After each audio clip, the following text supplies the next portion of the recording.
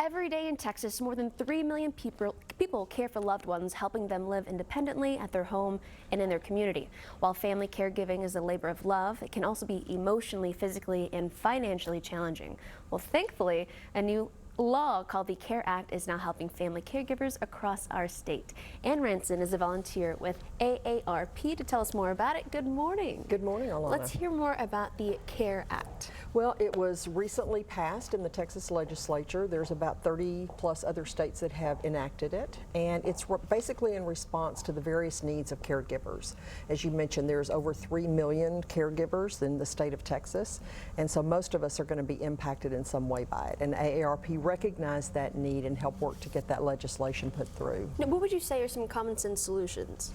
Well, there's 3 main tenets of the CARE Act. The first is designation. So now hospitals are required, as someone comes into the hospital, they're to ask, do you have a caregiver that we should notify? Interesting. So that's the first piece. You want to be able to know that someone knows that you're in the hospital and may receive or may need care later.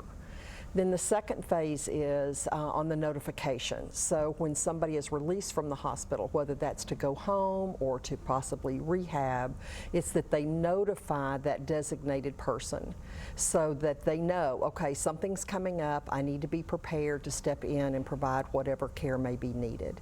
And then lastly is the training. So when that person is discharged, often caregivers give a variety of cares, and some of it's medical, it's administering medications, possibly giving injections, and so there may be some training that is required, and so that's the third provision of the CARE Act. It's like an extension of basically accountability for those that we're caring for. Yes. This is smart. Very, very good. It's great that we're implementing this now. Yeah. I don't know, why is it important for us to support family caregivers in this way now that we have the act in place? Well, because these needs are so deep, and caregivers need support, and so this also kind of provides some infrastructure for the caregiver itself, so that they're not just suddenly getting a phone call as the person is being released, and they have to rush to that person's home and try to figure out, oh my goodness, what do they need?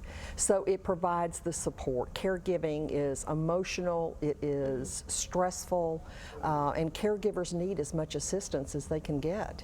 Oh, that is true. Actually, I can relate to this. A family member has become a caregiver for another family member, and it just, you know, it's an obligation. Of course, we want to do that for our family members, but the emotion behind it, you know, finance, it is a full-time job. Yeah. So to know that we have that kind of extra support, or that they have that support, this is wonderful. Yes. And of course, for more information on this, on the Act, and for caregiving support, our website is full of useful information. You can go to wfaa.com/caregiving for resources and for more on the CARE Act information.